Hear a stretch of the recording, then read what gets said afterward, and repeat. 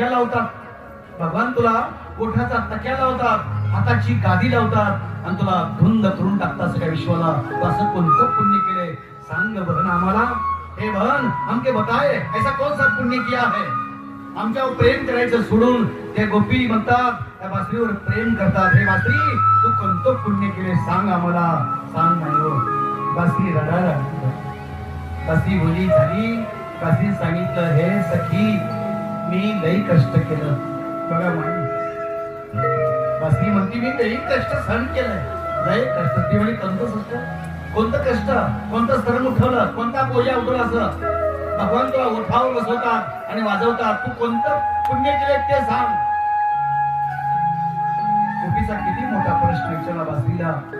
बासरी सांगती सखी मी तप केलंय. तप ते म्हणजे तप, तू तप केलंय. कसं तप केलं. ती म्हणली जंगला माझं घर आहे. म्हणजे जंगल.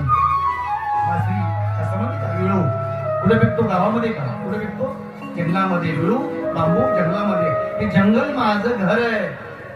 जंगल माझं घर आहे. एक मनुष्य व्यापारी येतो आणि मला कापतो, कर कर कर कापतो.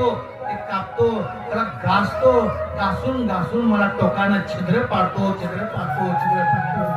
नंतर तापवतो, गरम करतो. नंतर मग मी त्या छिद्रापासून मी धोणी धीरे करते. उन्हाळा हिवाळा पावसाळा मी सहन करते. मी तप केलंय म्हणून भगवान परमात्मा मला तक्या लावतो.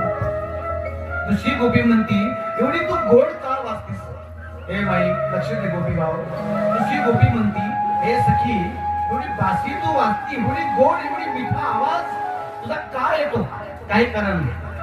बासरी काय म्हणती माहिती आहे. हे सखी मी बाहेरून भरली आहे पण आतून मोकळी आहे म्हणून भगवान मला तक्या लावतो.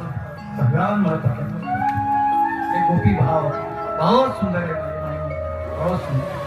मी बाहेरून भरली आहे पण आतून मोकळी आहे. मी आतून खुलली आहे म्हणून माणसानं बाहेर भरलेला असावं पण आतून मोकळं असावं. पण आपण कसे आता आतून काही काळा कपड गबाळ भरले आणि महाराज चांगली कपड महाराज काळा गबाळ नाही जमत. बासरी भाव सांगतोय, गोपी भाव सांगतोय माणसानं आतून मोकळं पाहिजे, बाहेर भरलं पाहिजे.